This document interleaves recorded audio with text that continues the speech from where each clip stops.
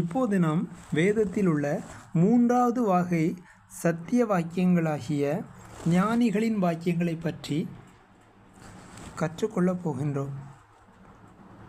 ஞானிகளின் வாக்கியங்கள், அதாவது ஞானிகளின் வாக்கியங்களை பற்றி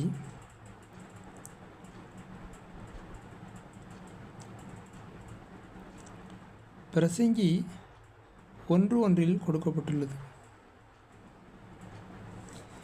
ஞானிகளின் வாக்கியங்கள், இது நம்மளுடைய ஆரம்ப வசனத்திலே குறிப்பிடப்பட்ட வாக்கியங்கள் தான். தாவீதின் குமாரனும் எருசலேமின் ராஜாவுமாகிய பிரசங்கியின் வாக்கியங்கள் என்று சொல்லப்பட்டுள்ளது. இது பிரசங்க வாக்கியங்கள் போல உள்ளது.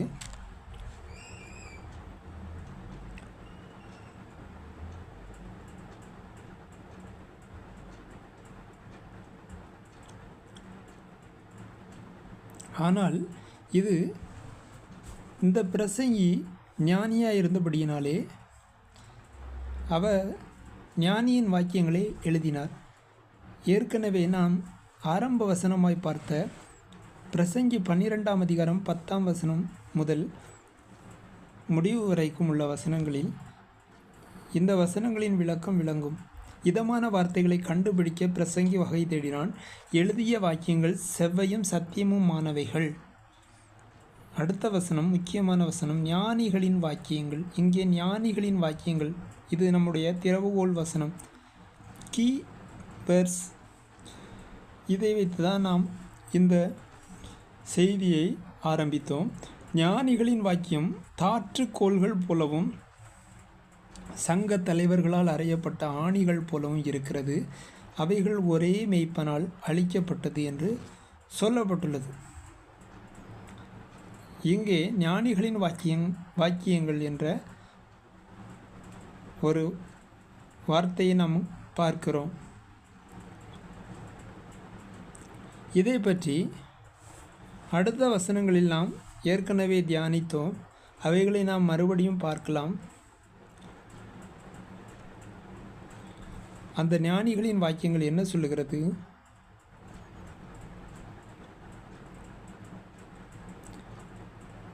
13ஆம் வசனம், காரியத்தின் கடைத்தொகையை கேட்போமாக. முடிவாக நம்ம ஒருங்கிணைந்த தொகையாக சொல்ல வேண்டுமென்றால் அதுதான் காரியத்தின் கடைத்தொகை. தேவனுக்கு பயந்து அவர் கற்பனைகளை கைக்கொள். இதுதான் முக்கியமானது. தேவனுக்கு பயப்பட வேண்டும், அவருடைய கற்பனைகளை கைக்கொள்ள வேண்டும். எல்லா மனுஷர் மேலும் விழுந்த கடமை இதுவே. இந்த காரியங்கள் தான் தேவனை பற்றிய அறிவு, ஞானம், புத்தி என்பவற்றை கொடுக்கும். இவற்றையே தேவன் நமக்கு நியமித்திருக்கிறார். இந்த காரியங்களை நாம் ஊழியக்காரர், விசுவாசிகள் என்று உலகம் குறிப்பிடுகின்ற எந்த நிலையில் இருந்தாலும் இவைகளை நாம் கைக்கொண்டே ஆக வேண்டும். இவைகளை மீறும் பட்சத்தில் நாம் தேவனுக்கு ஏற்றவர்களாக இருக்க முடியாது. மேலும் அடுத்த வசனத்தில், ஒவ்வொரு கிரியையையும் அந்தரங்கமான ஒவ்வொரு காரியத்தையும் நன்மையானாலும் தீமையானாலும் தேவன் நியாயத்திலே கொண்டு வருவார். எனவே உங்களை ஒடுக்குகிற மனிதர்கள் எவராயிருந்தாலும் அவர்கள் செய்யும் ஒவ்வொரு கிரியையையும் அந்தரங்கமான ஒவ்வொரு காரியத்தையும், அது நன்மையானாலும் தீமையானாலும் தேவன் நியாயத்திலே கொண்டு வருவார். அல்லது நீங்கள் மற்றவர்களை ஒடுக்கும் காரியமாக இருந்தாலும் அந்த கிரியைகளையும் தேவன் கொண்டு வருவார். எனவே நல்லவனுக்கு வாழ்க்கை இல்லை. மனிதர்கள் ஒடுக்குகிறார்கள், துன்பப்படுத்துகிறார்கள் என்று நீங்கள் மடிவடைய வேண்டாம், சோர்வடைய வேண்டாம். நியாயம் செய்கிற தேவன் ஒருவர் உண்டு. ஒரே காரியத்தின் கடைத்தொகை, நீங்கள் தேவனுக்கு பயந்தவர்களாக இருக்க வேண்டும். நீங்கள் மற்றவர்களுக்கு துன்பம் செய்யக்கூடாது, நீங்கள் மற்றவர்களை ஒடுக்கக்கூடாது. இது முக்கியமான காரியம். அதாவது ஒவ்வொரு கிரியையும் அந்தரங்கமான ஒவ்வொரு காரியத்தையும் நன்மையானாலும் தீமையானாலும் தேவன் நியாயத்திலே கொண்டு வருவார் என்கிற வசனம் நாம் நியாயம் நீதி செய்வதற்கு நம்மை எச்சரிக்கைப்படுத்துகின்றது, நம்மை எச்சரிப்பூட்டுகின்றது. ஆகவே காரியத்தின் கடைத்தொகை என்பது நம்முடைய யாவே தேவனை பற்றிய அறிவை அடையும் புத்தியை அடையும் ஞானத்தை அடையும் வழிமுறைகளையும் தீமையும் பொல்லாப்பையும் விட்டுவிட்டு அவருடைய கற்பனைகளை கைக்கொள்வதையும் நீதியும் நியாயமும் செய்து நேர்மையாய் உத்தமமாய் வாழ்வதையும் நமக்கு வலியுறுத்துகின்றன. இதுவே ஞானிகளின் வாக்கியங்கள். மேலும் ஞானிகளின் வாக்கியங்களை பற்றி பிற வசனங்களிலும் உள்ளது.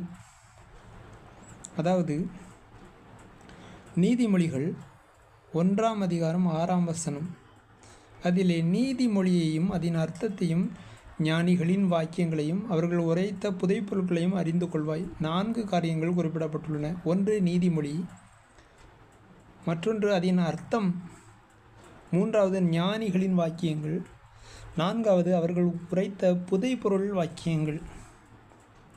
இங்கு ஞானிகளின் வாக்கியங்கள் என்ற வார்த்தை தெளிவாக குறிப்பிடப்பட்டுள்ளது.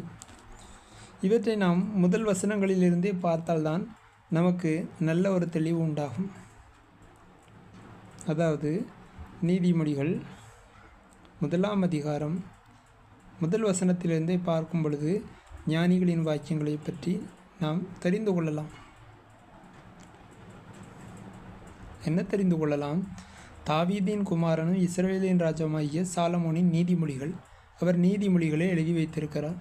இங்கே நாம் பார்த்த நீதிமொழிகள் அவைகளும் ஞானிகளின் வாக்கியத்தின் உட்பொருட்கள் தான். இவைகளால் ஞானத்தையும் போதகத்தையும் அறிந்து புத்திமதிகளை உணர்ந்து, அதாவது ஞானம், போதகம், புத்திமதி இவைகளெல்லாம் தேவனுக்கு பயப்படும் பயம் மற்றும் நல்ல வழி, நன்னறி வழி அவைகளை உணர்த்தும். தேவனுக்கு பயந்து தீமையை விட்டு விலகுவதை குறிக்கும். மேலும் விவேகம், நீதி, நியாயம், நிதானம் என்பவைகளை பற்றிய உபதேசத்தை அடையலாம். இவைகள் நாம் நீதி நியாயம் செய்வதையும் ஒழுங்காக நடப்பதையும் பரிசுத்தமாக வாழ்வதையும் முன்னிறுத்துகின்றன. மேலும் இந்த நீதிமொழிகள் இவைகள் பேதைகளுக்கு வினாவையும், அதாவது இந்த ஞானிகளின் வாக்கியங்கள் பேதைகளுக்கு வினாவையும், ஒருவன் பேதை போதிய அறிவில்லாதவனாய் இருந்தாலும் அவனுக்கு வினா அறிவை உண்டாக்குகின்றது. வாலிபருக்கு அறிவையும் விவேகத்தையும் கொடுக்கும். வாலிபருக்கும் அது நல்ல ஒரு அறிவையும் புத்தியையும் யுக்தியையும் விவேகத்தையும் கொடுக்கின்றது. மேலும் இது புத்திமான் இவைகளை கேட்டு அறிவில் தேர்வான். ஏற்கனவே புத்திமான்களாய் உள்ளவர்கள் இவைகளை கேட்டு அறிவிலே இன்னும் வளர்ச்சி அடைவார்கள். ஏற்கனவே விவேகிகளாய் இருக்கிறவர்கள் நல்ல ஆலோசனைகளை அடைந்து அந்த விவேகிகளுக்கு நீதிமொழிகளை பற்றிய அறிவு கிடைக்கும், அதன் அர்த்தம் புரியும். ஞானிகளின் வாக்கியங்கள் அறிந்து கொள்வார்கள், அவர்கள் உரைத்த புதைப்பொருட்களை அறிந்து கொள்வார்கள். நாம் இப்பொழுது தியானிக்கும் எல்லா வசனங்களுமே ஞானிகளின் வாக்கியங்கள் மற்றும் சத்திய வாக்கியங்கள், பரிசுத்த வாக்கியங்கள், அவைகளின் புதைப்பொருள்களை பற்றின. இவைகளை தேவனே நமக்கு வெளிப்படுத்துகின்றார். எனவே நாம் இந்த காரியங்களை தியானிக்க வேண்டும். பரிசுத்த ஆவியானவருடைய உதவியோடு நாம் தியானிக்கும் பொழுது இந்த காரியங்களெல்லாம் வெளிப்படுத்தப்படும். முக்கியமாக ஞானிகளின் வாக்கியங்கள். அந்த ஞானிகளின் வாக்கியங்கள் எதை பற்றினது? தேவனுடைய அறிவு, மெய்ஞானம், புத்தி இவைகளை அடைவதை பற்றியது, அவருடைய கற்பனைகளை கைக்கொள்வதை பற்றியது, நீதி நியாயம் செய்வதை பற்றியது, நல்ல வழிகளை கடைபிடிப்பதை பற்றியது. எனவே இந்த வசனங்கள் மிக முக்கியம். மேலும் இந்த ஞானிகளின் வாக்கியங்களின் கருப்பொருள் என்ன என்றால் அடுத்த வசனத்தில் நாம் பார்க்கலாம். கர்த்தருக்கு பயப்படுதலே ஞானத்தின் ஆரம்பம். ஏற்கனவே நாம் யோபுவிலே பார்த்தோமே, இதற்கு ஒப்பனையான வசனம். அதே வசனம்தான் இதிலும் உள்ளது. கர்த்தருக்கு பயப்படுதலே ஞானத்தின் ஆரம்பம். ஆனால் மூடர் ஞானத்தையும் போதகத்தையும் அசட்டை பண்ணுகிறார்கள். எனவே நாம் விவேகிகளாய் இருந்து ஞானத்தையும் போதகத்தையும் ஏற்றுக்கொண்டு அவைகளில் தேறினவர்களாகி கர்த்தருடைய கற்பனைகளை கைக்கொண்டு நியாயமும் நீதியும் செய்கிறவர்களாகி பரலோகத்தை சுதந்திரிக்கிறவர்களாய் இருக்க வேண்டும். இருமாப்பாய் சகோதரரை ஆளுகிறவர்களாய், பொல்லாதவர்களாய், தீங்கு செய்கிறவர்களாய் நாம் இருந்து விடவே கூடாது. எனவே ஞானிகளின் வாக்கியங்கள் நமக்கு சுட்டி காட்டும், வலியுறுத்தும் காரியங்களை நாம் கைக்கொள்ள வேண்டும். நாம் 3 விதமான வாக்கியங்களை பற்றி படித்து விட்டோம், தியானித்து விட்டோம். அதாவது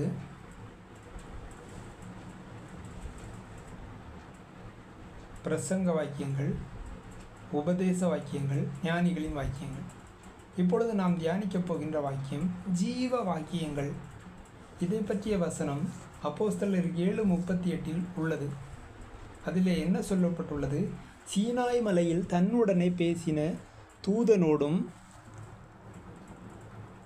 நம்முடைய பிதாக்களோடும் கூட வனாந்தரத்திலே சபைக்குள்ளிருந்தவனும் நமக்கு கொடுக்கும்படி ஜீவ வாக்கியங்களை பெற்றவனும் இவனே. அப்போஸ்தலர் 7:38 குறிப்பிடப்பட்டுள்ளது. இந்த வசனத்தை நாம் இப்பொழுது தியானிக்கப் போகின்றோம். இதிலே இவனே என்று சொல்லப்பட்டுள்ளது யார்? ஜீவ வாக்கியங்கள் என்னென்ன என்பதை பற்றி நாம் அறிந்து கொள்ளலாம். அந்த வசனத்திற்கு நாம் செல்லுவோம்.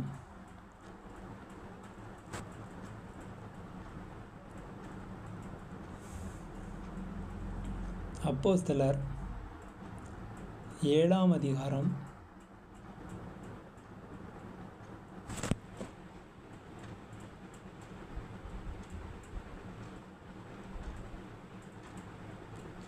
38ஆம் வசனம். இது ஸ்தேவானால் பேசப்பட்ட பிரசங்க வார்த்தைகள். இதிலே 37ஆம் வசனத்தை நாம் வாசிக்கும் பொழுது, இஸ்ரவேல் புத்திரரை நோக்கி, உங்கள் தேவனாகிய கர்த்தர் உங்கள் சகோதரரிலிருந்து என்னை போல ஒரு தீர்க்கதரிசியை உங்களுக்காக எழும்ப பண்ணுவார், அவருக்கு செவி கொடுப்பீர்களாக என்று சொன்னவன் இந்த மோசேயே. மோசே இயேசு கிறிஸ்துவை பற்றி சொல்லிய தீர்க்கதரிசன வார்த்தைகளை ஸ்தேவான் யூதரான மனிதர்களுக்கு, கிறிஸ்துவையும் அவருடைய கூட்டத்தாரையும் வெறுக்கிற மனிதர்களுக்கு அவன் பரிசுத்த ஆவியிலும் விசுவாசத்திலும் நிறைந்தவனாய் வல்லமையாய் பிரசங்கம் பண்ணி கொண்டிருக்கிறான். அதிலே தான் இந்த வசனங்கள் வருகின்றன. இஸ்ரவேல் புத்திரரை நோக்கி, உங்கள் தேவனாய கர்த்தர் உங்கள் சகோதரரிலிருந்து, உங்கள் தேவனாய கர்த்தர் உங்களுக்குள்ளேயே இருந்து, உங்கள் சகோதரர் நடுவிலேயே இருந்து என்னை போல ஒரு தீர்க்கதரிசியை உங்களுக்காக எழும்ப பண்ணுவார், அவருக்கு செவி கொடுப்பீர்களாக என்று சொன்னான். அவன்தான் இந்த மோசே. இந்த மோசே தான் சீனாய் மலையில் தன்னுடனே பேசின தூதனோடும், சீனாய் மலையில் தன்னுடனே பேசின தேவனுடைய தூதனோடும் நம்முடைய பிதாக்களோடும் வனாந்தரத்திலே சபைக்குள் இருந்தான். வனாந்தரத்திலே இருந்த அந்த சபைக்குள் அவன் இருந்தான். நமக்கு கொடுக்கும்படி ஜீவ வாக்கியங்களை பெற்றவனும் இவனே. இந்த ஜீவ வாக்கியங்கள் ஜீவனுக்கு வழி நடத்தும் வாக்கியங்கள். நாம் பார்த்த சத்திய வாக்கியங்கள் இந்த ஜீவ வாக்கியமும் அந்த சத்திய வாக்கியத்தில் ஒரு அங்கமே. அதை நாம் அறிவோம். ஜீவ வாக்கியங்களை பெற்றவன் இவனே என்பது 10 கட்டளைகளை பெற்றவன் இவனே என்பதை குறிக்கிறது. எனவே அந்த 10 கட்டளைகளும் நாம் ஜீவனுக்கு போக அவைகள் நமக்கு கொடுக்கப்பட்டிருக்கிறது. என்றாலும் கூட வனாந்தரத்திலே அநேகர் இந்த 10 கட்டளைகளை நிறைவேற்ற முடியாதவர்களாய், விருப்பமற்றவர்களாய், பொல்லாத சாத்தானால் வஞ்சிக்கப்பட்டு நியாயப்பிரமாணத்திற்கு கீழ்ப்படியாதவர்களாய், கீழ்ப்படியக்கூடாதவர்களாய் இருந்தார்கள். எனவேதான் அவர்கள் ஜீவனுக்குள் பிரவேசிக்க முடியவில்லை. மற்ற மனிதர்களாகிய ஆபிரகாம், ஈசாக்கு, யாக்கோபு, தாவீது போன்ற கிறிஸ்தவ தாசர்கள் இந்த 10 கட்டளைகளை கடைபிடித்தார்கள். அவர்கள் அந்த பழைய ஏற்பாட்டு காலத்தில் இருந்தாலும் புதிய ஏற்பாட்டு காலத்தில் நமக்கு இப்பொழுது கிடைத்திருக்கிற அந்த உயரிய அனுபவமான இயேசு கிறிஸ்துவின் இரத்தத்தினால் உண்டாகும் விடுதலை, பரிசுத்தாவினால் உண்டாகும் விடுதலையை பற்றிய சகல காரியங்களையும் அவர்கள் அறிந்து கொண்டார்கள். ஏனென்றால் அவர்கள் அந்த ஜீவ வாக்கியத்திற்கு கீழ்ப்படிந்து அவைகளின்படி வாழ்ந்து வந்தார்கள். எனவே அவர்கள் இந்த புதிய ஏற்பாட்டிலே நமக்கு அளிக்கப்பட்ட அந்த உன்னதமான அனுபவத்தை பெற்று மிகவும் அப்டேட்டடான மனிதர்களாய் அந்த பழைய நூற்றாண்டுகளிலே, அந்த பழைய 1000 ஆண்டுகளுக்கு, ஆயிரங்கள் அடங்கிய ஆண்டுகளுக்கு முன்பிலே அவர்கள் உன்னதமான அனுபவத்தை பெற்றிருந்தார்கள். ஆபிரகாமும் இயேசு கிறிஸ்துவின் நாட்களில் ஒன்றை காண வேண்டும் என்று மிகவும் வாஞ்சையோடு இருந்தார். அவர் இந்த தெய்வீக அனுபவங்களை அப்பொழுதே பெற்றிருந்தார். அவர்கள் இயேசு கிறிஸ்துவின் நாட்களை பற்றி அறிந்திருந்தார்கள். இந்த கிருபையின் காலத்தை அவர்கள் தெரிந்து இவைகளை பற்றி அவர்கள் ஆராய்ந்து கொண்டிருந்தார்கள். எனவே இந்த ஜீவ வாக்கியங்களாகிய 10 கற்பனைகள் நலமானவைகள். இயேசு கிறிஸ்து தம்முடைய சரீரத்தினாலே இந்த நியாயப்பிரமாணம் முழுவதையும் நிறைவேற்றினார். இந்த 10 கற்பனைகளை எளிமையாக்கி 2 கற்பனைகளில் நம் கைகளில் தந்தார். அதாவது, அன்பு கூறுவாயாக, உன் முழு மனதோடும் முழு சிந்தையோடும் முழு ஆத்மாவோடும் உன் தேவனாய கர்த்தரிடத்தில் அன்பு கூறுவாயாக, உன்னிலே அன்பாய் இருக்கிறது போல பிறரிடத்திலும் அன்பாய் இருப்பாயாக, அன்பு கூறுவாயாக என்ற அன்பு கூறுவாயாக என்னும் சத்திய வார்த்தையை நமக்கு கொடுத்தார். எனவே இந்த ஜீவ வாக்கியங்கள் தான் இப்பொழுது நமக்கு எப்படி ஜீவ என்கிற வார்த்தையிலே 2 எழுத்துக்கள் வருகிறதோ, அதாவது ஜீவன் என்னும் 3 எழுத்து, ஜீவ வாக்கியங்கள் என்னும் வாக்கியத்திலே ஜீவ என்னும் 2 எழுத்தாய் வருகிறதோ, அதுபோலவே 2 கற்பனைகளாய் 2 மாறாத விசேஷத்தினால் தேவன் நமக்கு நிரம்ப ஆறுதல் உண்டாகும்படி அவைகளை நமக்கு தந்தருளினார். எனவே மோசே பெற்ற இந்த ஜீவ வாக்கியங்களின் பிரீஃப் வெர்சன், கன்சைஸ் வெர்சன் நமக்கு கொடுக்கப்பட்டிருக்கிறது. இதன் மூலம் எல்லா தீர்க்க தரிசனங்களையும் முழு வேதாகமத்தையும் நியாயப்பிரமாணம் முழுவதையும் நாம் நிறைவேற்ற முடியும் என்று இயேசு சொன்னார். எனவே இந்த வசனங்களை நாம் கீழ்ப்படிந்து இதன்படி நடந்தே ஆக வேண்டும். இதுதான் நமக்கு கொடுக்கப்பட்ட ஜீவ வாக்கியங்களாகிய சத்திய வாக்கியங்கள். இவைகள் நமக்கு மிகவும் அவசியமானவை. மேலும் இந்த ஜீவ வாக்கியங்களை நம்முடைய பிதாக்கள் தள்ளிவிட்டார்கள் என்று இதில் சொல்லப்பட்டுள்ளது. இவனுக்கு நம்முடைய பிதாக்கள் கீழ்ப்படிய மனதாயிராமல் இவனை தள்ளிவிட்டு தங்கள் இருதயங்களில் எகிப்துக்கு திரும்பி அங்கே அவர்கள் மோசேயை தள்ளிவிட்டார்கள் என்று சொல்லுகிறது. அதாவது மோசேக்கு கொடுக்கப்பட்ட ஜீவ வாக்கியங்களை இவர்கள் தள்ளிவிட்டார்கள் என்பதுதான் அர்த்தம். அவர்கள் விக்கிரக ஆராதனை பண்ணி விலகி போனார்கள். தற்காலத்திலும் பொருளாசை, பண ஆசை இவைகள் விக்கிரக ஆராதனைக்கும் விபச்சாரத்துக்கும் ஒப்பாயிருக்கிறது. எனவே நாம் அந்த விதமான பாவங்களில் ஈடுபடுகிறவர்களாய் இருக்கக்கூடாது, பரிசுத்தவான்களாய் வாழ வேண்டும். எனவே நாம் அவருடைய ஜீவ வாக்கியங்களாகிய கன்சைஸ் வெர்சன் ஆகிய அன்பு கூறுவாயாக என்கிற 2 முத்தான கற்பனைகளை, 2 மாறாத விசேஷங்களை நாம் தேவனுக்கு பயந்து கடைபிடித்து நித்திய வாழ்வை சுதந்திரிக்க நாம் அழைக்கப்படுகிறோம், தெரிந்து கொள்ளப்பட்டுள்ளோம். எனவே அவருக்கு ஏற்றவர்களாய் நாம் வாழ வேண்டியது நம்முடைய கடமை. மேலும் கடைசி பாகமான வேத வாக்கியங்கள் என்பதை பற்றி நாம் தியானிக்கலாம். இங்கே நாம் சத்திய வாக்கியங்கள் என்று தியானிக்கிற அந்த வாக்கியங்கள் தான் இந்த வேத வாக்கியங்கள். வேத வாக்கியங்களை பற்றி அநேக வார்த்தைகள் புதிய ஏற்பாட்டு புத்தகத்திலே, குறிப்பாக சுவிசேஷ நூல்களிலே கொடுக்கப்பட்டுள்ளது. இந்த வேத வாக்கியங்கள் என்ன என்பதை நாம் அறிந்து கொள்ள வேதத்தை தியானிக்க வேண்டும். இதிலே புதிய ஏற்பாட்டில்தான் வேத வாக்கியங்கள் என்ற சொல்லாடல் கொடுக்கப்பட்டுள்ளது. ஆனால் அந்த வேத வாக்கியங்கள் எல்லாம் பழைய ஏற்பாட்டில் இருப்பவையாய் சொல்லப்பட்டுள்ளது. எனவே சத்திய வாக்கியத்தின் ஒரு பகுதியாகிய வேத வாக்கியங்கள் என்பது என்ன என்பதை எடுத்துக்காட்டி புதிய ஏற்பாட்டின் சுவிசேஷ நூல்களை ஆக்கியோர்கள் குறிப்பிட்டுள்ளார்கள். அவைகளை நாம் வாசித்து தெளியலாம்.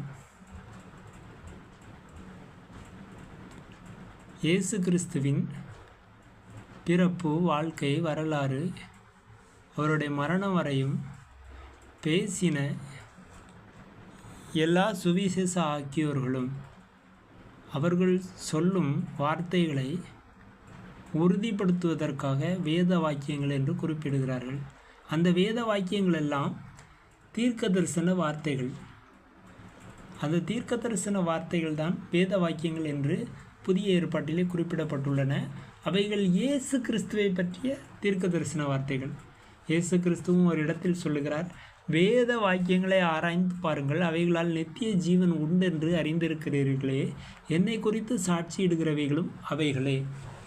இங்கே வேத வாக்கியங்கள் என்று புதிய ஏற்பாட்டிலே சொல்லப்பட்டுள்ள எல்லா காரியங்களும் இயேசு கிறிஸ்துவை பற்றிய தீர்க்க தரிசனங்கள். எனவே இயேசு கிறிஸ்துவை பற்றிய தீர்க்க தரிசனங்களை ஆராய்ந்து பார்க்க வேண்டும். அவைகளால் நித்திய ஜீவன் உண்டென்று நம்புகிறீர்களே, என்னை குறித்து சாட்சியிடுகிறவைகளும் அவைகளே. இயேசு கிறிஸ்துவை பற்றிய தீர்க்க தரிசன வார்த்தைகள் இயேசு கிறிஸ்துவை பற்றி சாட்சியிடும் என்பதில் சந்தேகமில்லை. ஆனால் நாம் இயேசு கிறிஸ்துவை பற்றிய தீர்க்க தரிசன வார்த்தைகளை தியானித்து அவைகளுக்கு கீழ்ப்படிய வேண்டும். அப்பொழுது நமக்கு நித்திய ஜீவன் இயேசுவின் நாமத்தினால், இயேசுவின் மூலமாய் கிடைக்கின்றது. இப்பொழுது அந்த வசனங்களை நாம் பார்க்கலாம்.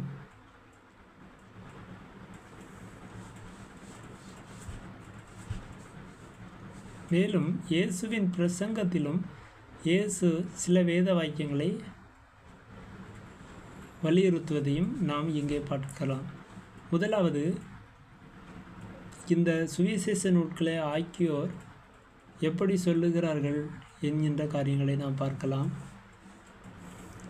அது கர்த்தராலே ஆயிற்று, அது நம்முடைய கண்களுக்கு ஆச்சரியமாக இருக்கிறது என்று எழுதியிருக்கிற வாக்கியத்தை நீங்கள் வாசிக்கவில்லையா என்றார். இது இயேசு கிறிஸ்து சொல்லுவது போலவே உள்ளது. இது வேதத்தில் உள்ள வேத வாக்கியத்தை பற்றி குறிப்பிடுகின்றது. இது பழைய ஏற்பாட்டு தீர்க்க தரிசனம். மேலும் மத்தேயு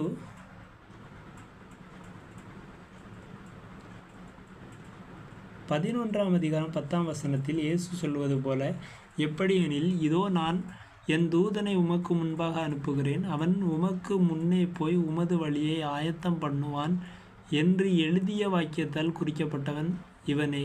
எழுதிய வேத வாக்கியத்தால், வேதத்தில் எழுதப்பட்ட இந்த வாக்கியத்தால் குறிக்கப்பட்டவன் இவனே, குறிக்கப்பட்டவன் யோவான் ஸ்நானகனே என்று இயேசு சொல்வது போல மத்தேயு எழுதியுள்ளார்.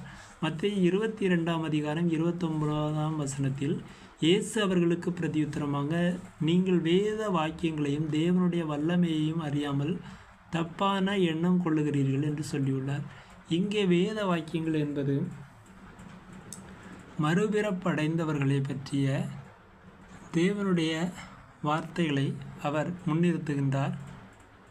மேலும் தேவனுடைய வல்லமை எப்படிப்பட்டது என்பதையும் முன்னிறுத்துகிறார். ஏன் இவைகளை அவர் பேசுகிறார்? நீங்கள் இவைகளை அறியாமல் தப்பான எண்ணம் கொள்ளுகிறீர்கள் என்று அவர் சதுசேயரை பற்றி ஏன் கேட்கிறார்? ஏனென்றால் அவர்கள் உயிர்த்தெழுதலை நம்பாமல் தவறான காரியங்களை, விளக்கங்களை அவரிடத்தில் கேட்டு அவரை வார்த்தையினால் சோதிக்க வந்திருக்கிறார்கள். இயேசு அவர்களுக்கு, வேத வாக்கியங்களை நீங்கள் விளங்கி கொள்ளவில்லை, தேவனுடைய வல்லமையை அறியாதிருக்கிறீர்கள், எனவே நீங்கள் தப்பான எண்ணம் கொள்ளுகிறீர்கள். முட்செடியில் தேவன் சொல்லிய வார்த்தை என்ன? நான் ஆபிரகாமின் தேவனும் ஈசாக்கின் தேவனும் யாக்கோபின் தேவனுமாய் இருக்கிறேன் என்று சொல்லியுள்ளார்.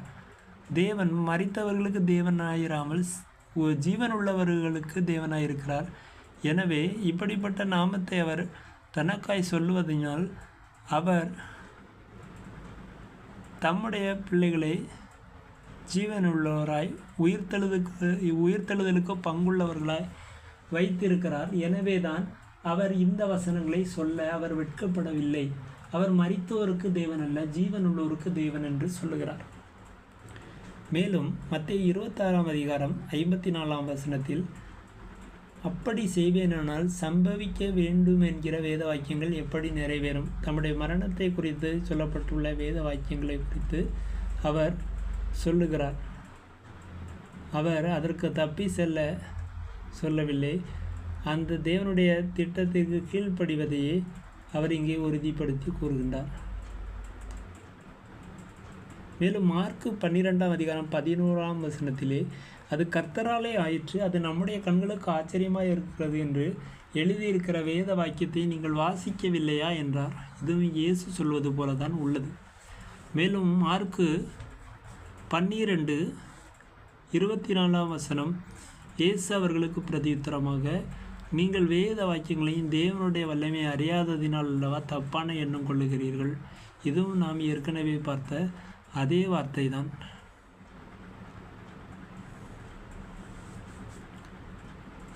மேலும் இயேசு மார்க்கு 14:49ஆம் வசனத்தில், நான் தினந்தோறும் உங்கள் நடுவிலே தேவாலயத்தில் உபதேசம் பண்ணி கொண்டிருந்தேன், அப்பொழுது நீங்கள் என்னை பிடிக்கவில்லையே, ஆனாலும் வேத வாக்கியங்கள் நிறைவேற வேண்டியதாயிருக்கிறது என்றார். அடுத்து மார்க்கு 15:28ஆம் வசனத்தில்,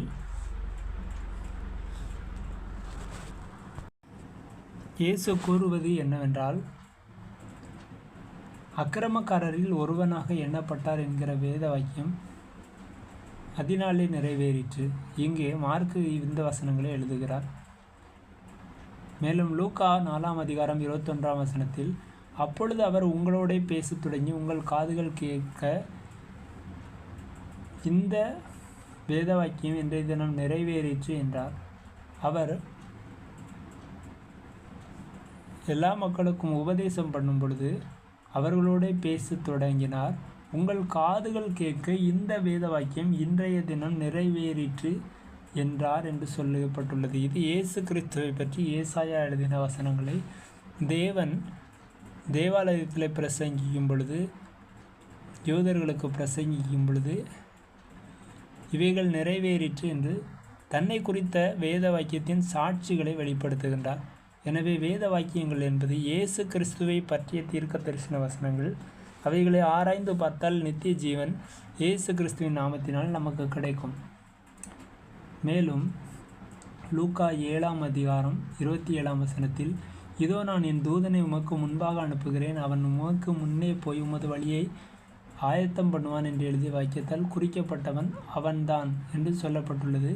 இதற்கு ஒப்பான வசனத்தை நாம் மத்தேயுவிலே பார்த்தோம். மேலும் லூக்கா 16:16ஆம் வசனம், நியாயப்பிரமாணமும் தீர்க்க தரிசன வாக்கியங்களும். இங்கே முக்கியமான ஒரு வார்த்தை கோடிட்டு காட்டப்பட்டுள்ளது. நியாயப்பிரமாணமும் தீர்க்க தரிசன வாக்கியங்களும் யோவான் வரைக்கும் வழங்கி வந்தது. அது முதல் தேவனுடைய ராஜ்யம் சுவிசேஷமாய் அறிவிக்கப்பட்டு வருகிறது. யாவரும் பலவந்தமாய் அதில் பிரவேசிக்கிறார்கள். இங்கு 3 காரியங்கள் குறிப்பிடப்பட்டுள்ளது. நியாயப்பிரமாணமாகிய சத்திய எழுத்துக்கள், தீர்க்க தரிசன வாக்கியங்களாகிய சத்திய வாக்கியங்கள். இவைகள் இரண்டுமே தேவனாலும் பரிசுத்த ஆவியானவராலும் வழங்கப்பட்ட வார்த்தைகள். இவைகள்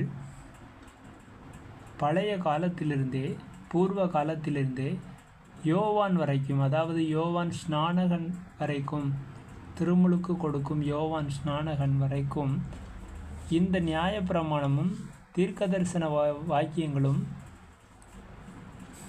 பேலன்ஸ் செய்தது. அவைகளே வேதங்களாய் கொடுக்கப்பட்டிருந்தது. யோவான் காலத்திற்கு பின்பு யோவான் இயேசு கிறிஸ்துவுக்கு வழியை ஆயத்தம் பண்ணினான். இது புதிய இரட்சிப்புக்குரிய புதிய ஏற்பாட்டு சுயாதீன ஊழியத்தின் தொடக்கம்.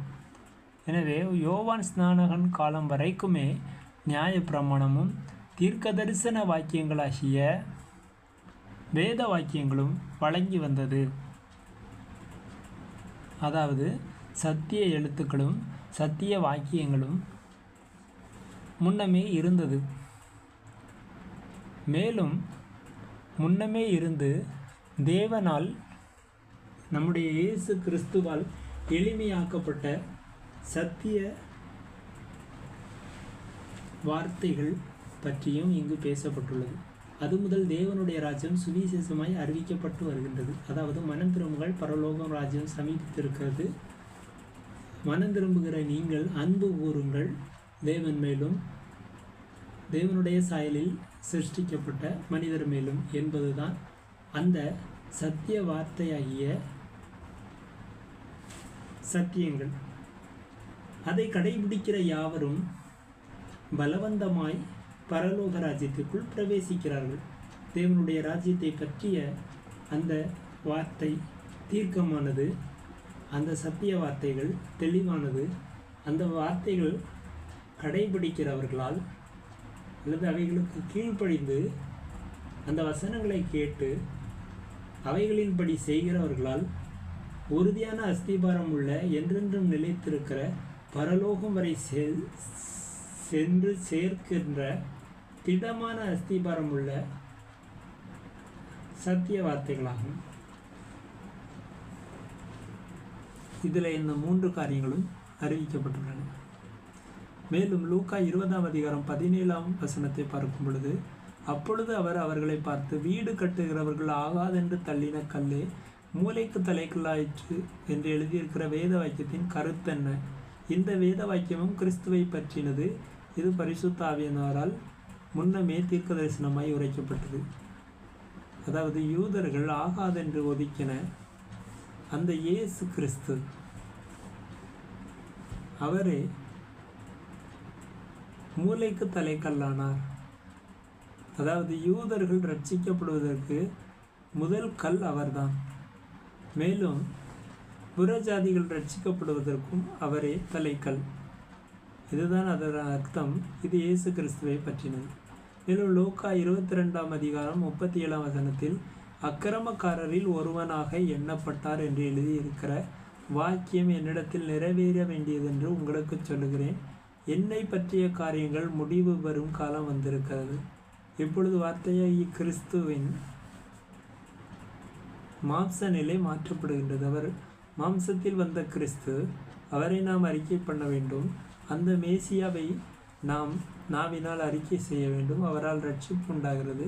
அவர் நமக்காய் மரித்து உயிர் தெழுந்ததினாலே இப்பொழுது மாம்சத்தின்படி இல்லை, ஆவியின்படி உயிர்ப்பிக்கப்பட்டவராய் இருக்கின்றார். இப்பொழுது அவர் நமக்கு பரிசுத்தாவினாலே அக்கினி அபிஷேகத்தை தர வல்லவர். மேலும் அவர் மகிமைப்பட்டிருக்கிறார். எனவே பரிசுத்தாவி நமக்கு கிடைக்கும். அவர் உயிர்த்தெழும் முன்பு தம்முடைய நாமத்தினாலே தம்மை விசுவாசிக்கிறவர்களுக்கு மனம் திரும்புதலுக்கும் ரட்சிப்புக்கும் ஏற்ற ஞான ஸ்நானத்தை கொடுத்தார். ஜலத்தினால் ஞான ஸ்நானத்தை கொடுத்தார். அவர் உயிர்த்தெழுந்த பின்போ பரிசுத்த ஆவியினால் மேல் வீட்டறையிலே ஜனங்களுக்கு ஞான ஸ்நானத்தை கொடுத்தார். அதை பற்றி அவர் முன்மொழிந்திருந்தார். அவர் தம்முடைய வாயினால் சீசர்கள் மேல் ஊதி பரிசுத்தாவியை பெற்றுக்கொள்ளுங்கள் என்று சொன்னாரே, அது இதற்கு ஒப்பனையானது. பிற்பாடு வழங்கப்படுகின்ற பரிசுத்தாவியை அவர் அவர்கள் மேல் ஊதினார்.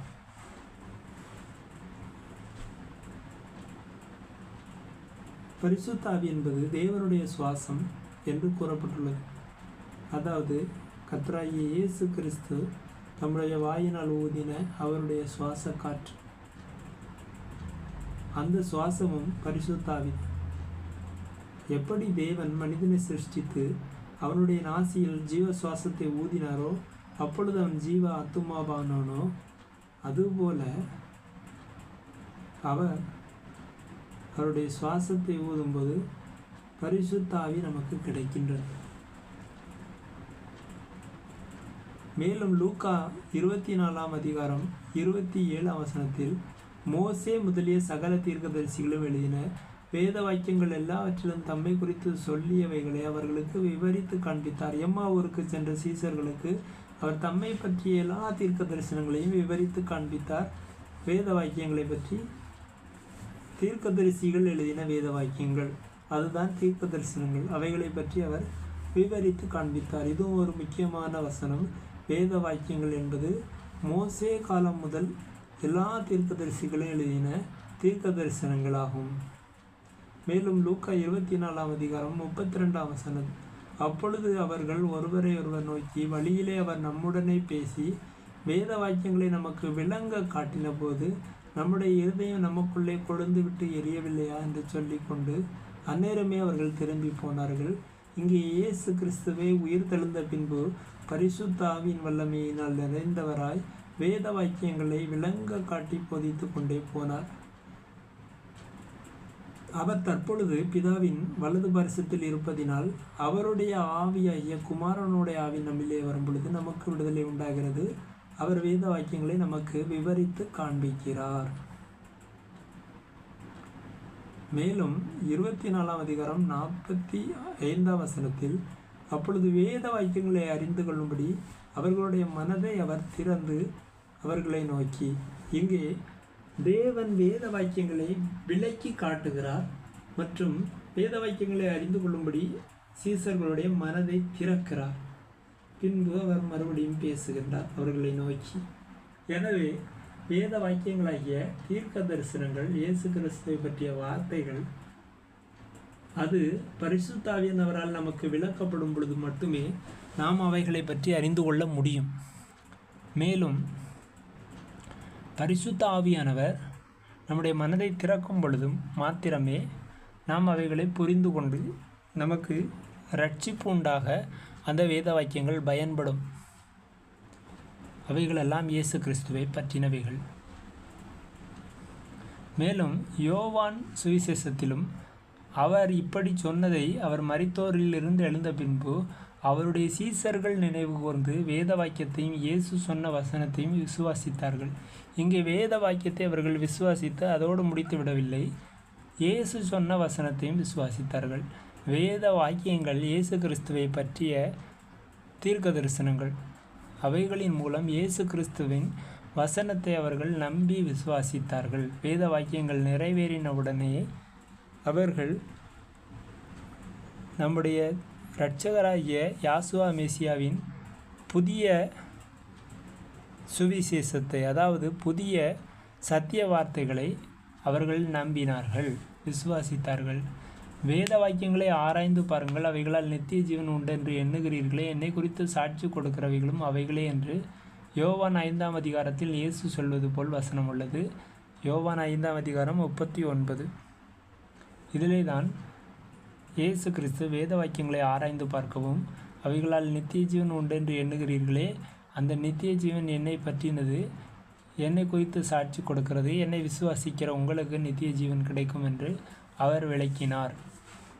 மேலும் யோவான் 5ஆம் அதிகாரம் 47ஆம் வசனத்தில், அவன் எழுதின வாக்கியங்களை நீங்கள் விசுவாசியாமல் இருந்தால் நான் சொல்லுகிற வசனங்களை எப்படி விசுவாசிப்பீர்கள் என்று அவர் சொன்னார்.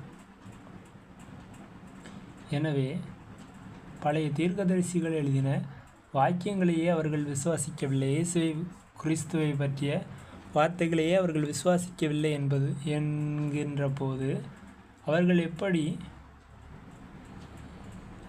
நீங்கள் எப்படி என்னுடைய வசனங்களை விசுவாசிப்பீர்கள் என்றார். இது இயேசு கிறிஸ்துவை விசுவாசிக்காத பொல்லாத சந்ததியாரை பற்றினது, அல்லது நீதி நியாயங்களை செய்யாத இருமாப்பாய் சகோதரரை ஆளுகின்ற பொல்லாத மனிதர்களை பற்றினது. ஆனால் அவர்களுடைய சீசர்களோ அவர்கள் வேத வாக்கியங்களையும், அவர் மரித்தோரிலிருந்து எழுந்த பின்பு அவர் சொன்ன அந்த வேத வாக்கியங்களையும் அதன் மூலம் இயேசு கிறிஸ்து சொன்ன வசனத்தையும் விசுவாசித்தார்கள். இதுதான் ரட்சிப்புக்குரியது. அதாவது வேத வாக்கியங்களை விசுவாசித்த நாம் இயேசு கிறிஸ்துவனுடைய வசனங்களை, வார்த்தைகளை நாம் விசுவாசிக்க வேண்டும்.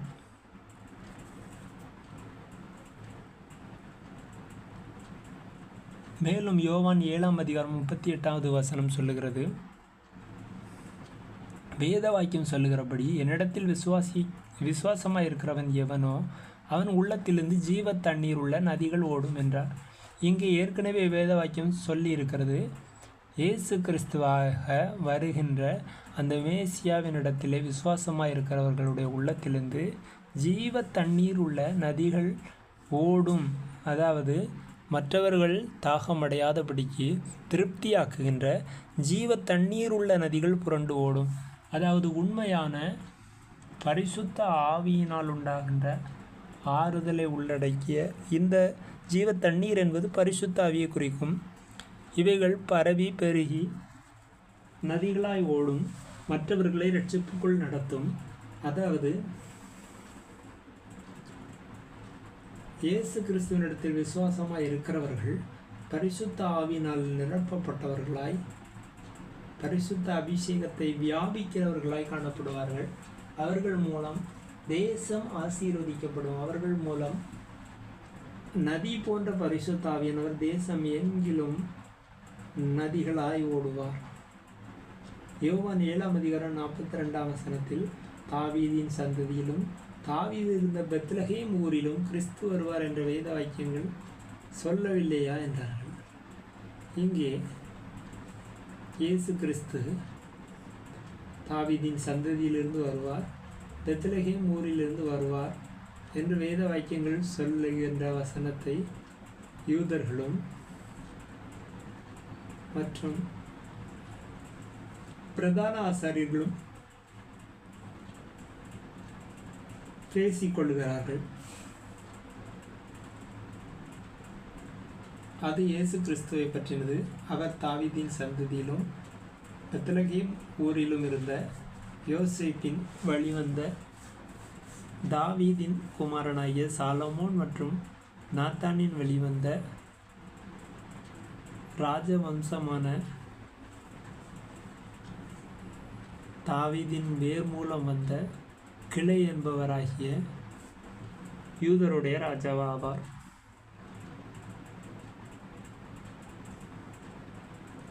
எனவேதான் அவரை பற்றி சொல்லப்பட்டுள்ளது. தாவீதின் சந்ததியிலும் தாவீது இருந்த பெத்லகேம் ஊரிலிருந்து மெசியா வருவார் என்று வேத வாக்கியங்கள் சொல்லி உள்ளன என்பதை இவர்கள் சொல்லவில்லையா என்று கேட்கின்றார்கள். யோவான் 10:35 தேவ வசனத்தை பெற்றுக்கொண்டவர்களை தேவர்கள் என்று அவர் சொல்லி இருக்க, வேத வாக்கியமும் தவறாததாயிருக்க தேவ வசனத்தை பெற்றுக்கொண்டவர்கள் தேவர்கள் என்று வேதவசனம் சொல்லுகின்றது. வேத வாக்கியமும் தவறாததாயிருக்கின்றது. எனவே அதன் மூலம் நாம் அறிந்து கொள்ளலாம்,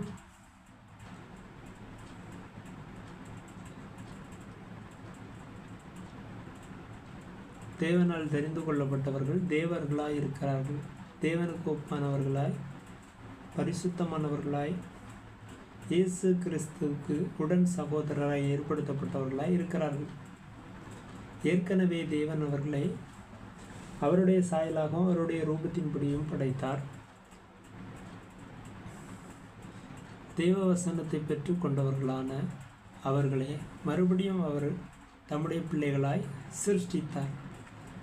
மேலும் பிதாவினால் பரிசுத்தமாக்கப்பட்டும் உலகத்தில் அனுப்பப்பட்டும் இருக்கிற நான் என்னை தேவனுடைய குமாரன் என்று சொல்லுகிறேன். அது தேவனுக்கு ஏற்ற வார்த்தை, தேவ தூஷணம் அல்ல என்று அவர் உறுதிப்படுத்துகின்றார். அது இயேசு கிறிஸ்துவை அவர்கள் விசுவாசித்து ரட்சிப்படைவதற்காய் அவர் உறுதிப்பட பேசும் வசனங்கள் ஆகும்.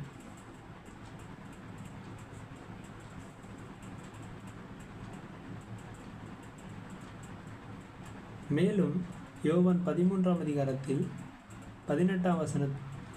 இவ்வண்ணம் சொல்லப்பட்டுள்ளது. உங்கள் எல்லாரையும் குறித்து நான் பேசவில்லை, நான் தெரிந்து கொண்டவர்களை அறிவேன். ஆகிலும் வேத வாக்கியம் நிறைவேறத்தக்கதாக என்னுடனே அப்பம் புசிக்கிறவன் என் மேல் தன் குதிகாலை தூக்கினான். இங்கே வேத வாக்கியம் சொல்லியபடி என்னுடனே அப்பம் புசிக்கிறவன் என் மேல் தன் குதிகாலை தூக்கினான் என்று வேத வாக்கியங்கள் தீர்க்க தரிசனமாய் சொன்ன அந்த வேத வசனத்தின்படியே இயேசு கிறிஸ்துவோடு அப்பம் புசித்த யூதாஸ் அவருக்கு விரோதமாய் திரும்பினான் என்பதை இயேசு கிறிஸ்து முன்னுரைக்கின்றார்.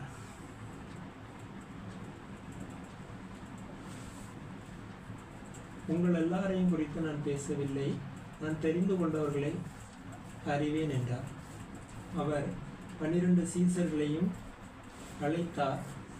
அதிலே வழி தப்பி போன அந்த யூதாஸ் அவரை காட்டி கொடுத்தான். அவன் காட்டி கொடுத்த அந்த காரியங்களும் வேத வாக்கியங்களில் சொல்லப்பட்டுள்ளது. அவன் இயேசு கிறிஸ்துவோடு கூட அப்பம் புசித்தவனாயிருந்தான்.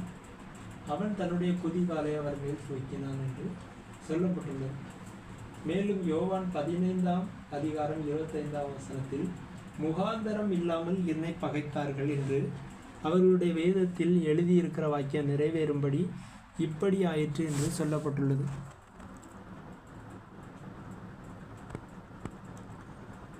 மேலும் யோவான் 17ஆம் அதிகாரம் 12ஆம் வசனத்தில், நான் அவர்களுடனே உலகத்தில் இருக்கையில் அவர்களை உம்முடைய நாமத்தினாலே காத்து கொண்டேன், நீர் எனக்கு தந்தவர்களை காத்து கொண்டு வந்தேன், வேத வாக்கியம் நிறைவேறத்தக்கதாகவே கேட்டின் மகன் கெட்டுப்போனானே அல்லாமல் அவர்களில் ஒருவனும் கெட்டுப்போகவில்லை. யூதாஸ் கெட்டுப்போனதும் வேத வாக்கியங்களில் முன் சொல்லப்பட்ட அந்த வார்த்தையின்படியே கேட்டின் மகன் கெட்டுப்போனான். கேட்டின் மகன் என்பவன் சாத்தானாய் மாறிப்போன இந்த கெடுக்கிற சாத்தானுடைய மகனாகிய யூதாஸ். அவனுக்குள் பிசாசு நுழைந்தபடினாலே அவன் கெட்டுப்போனான். பிசாசு அவனை வஞ்சித்து விட்டான். இது வேத வாக்கியத்தில் சொல்லப்பட்டுள்ளது. அது நிறைவேறினது. மற்றவர்கள் ஒருவரையும் நான் இழந்து போகவில்லை என்று இயேசு கிறிஸ்து, அதாவது யாசுவா மெசியா, யாவே தேவனிடத்தில் சொல்லுகிறார்.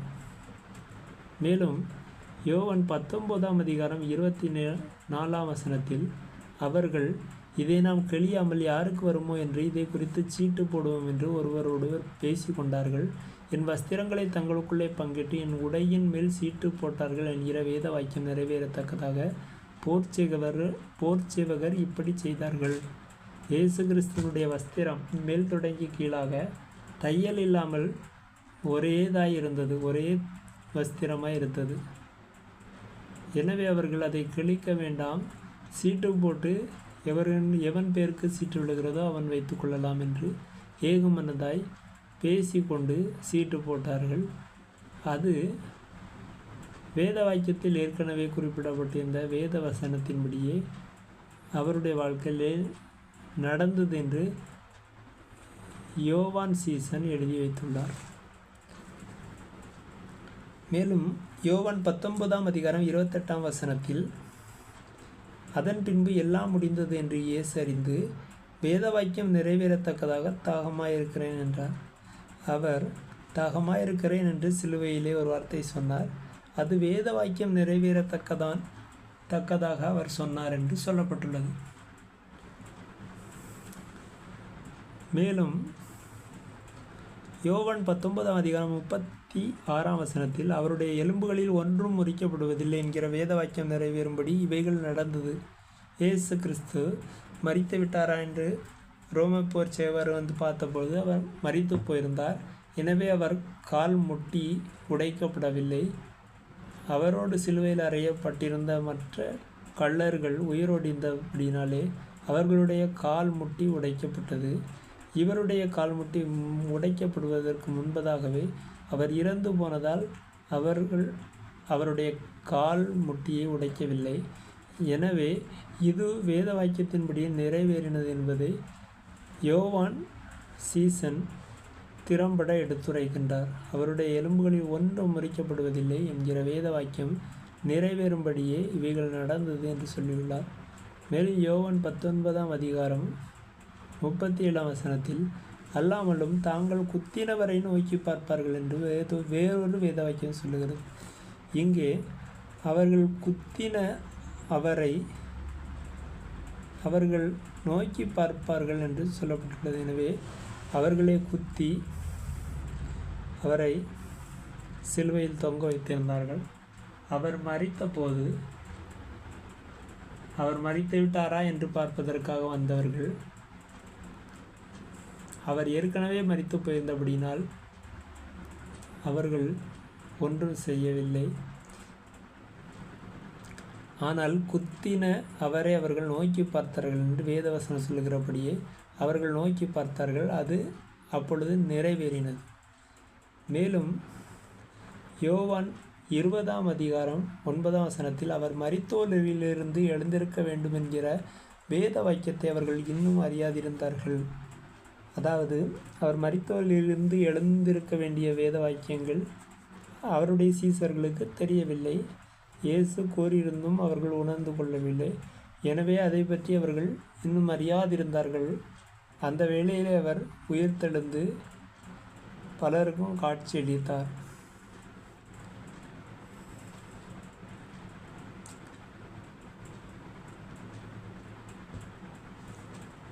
மேலும் அப்போஸ்தலர் புத்தகத்திலும் வேத வாக்கியங்களை பற்றி வசனங்கள் வருகின்றது.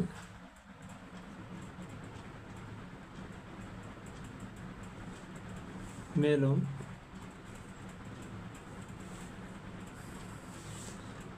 பவுல் அப்போஸ்தலனுடைய மடல்களிலும் வேத வாக்கியங்களை பற்றி கூறப்பட்டுள்ளது.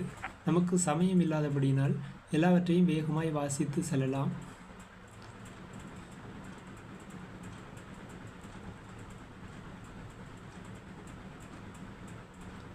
அப்போஸ்தலர் 1:16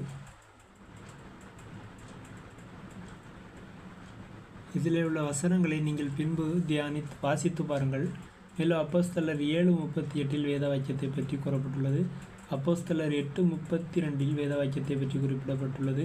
அப்போஸ்தலர் 8:35, அப்போஸ்தலர் 13:27, அப்போஸ்தலர் 13:47, அப்போஸ்தலர் 15:15, அப்போஸ்தலர் 17:2, அப்போஸ்தலர் 17:11, அப்போஸ்தலர் 18:28, அப்போஸ்தலர் 28:25, ரோமர் 3:2, ரோமர் 4:3, 1 கொரிந்தியர் 15:3, 1 கொரிந்தியர் 15:4, 1 தீமோத்தேயு 5:18, 2 தீமோத்தேயு 3:16, எபிரேயர் 5:12, யாக்கோபு 2:8, யாக்கோபு 2:23, யாக்கோபு 4:5, 1 பேதுரு 4:11, 2 பேதுரு 3:16. இங்கே 1 பேதுரு மற்றும் 2 பேதுரு வசனங்களையும் தியானித்து பார்ப்போம். இந்த வசன வார்த்தைகளின் மூலம் நாம் அறிந்து கொள்வது வேத வாக்கியங்கள், அதாவது சத்திய வாக்கியங்கள் எல்லாம் பரிசுத்த ஆவியினால் அருளப்பட்டு இருக்கிறது. இது சத்தியம். கர்த்தர் நம்மை ஆசீர்வதிப்பாராக. ஆமென்.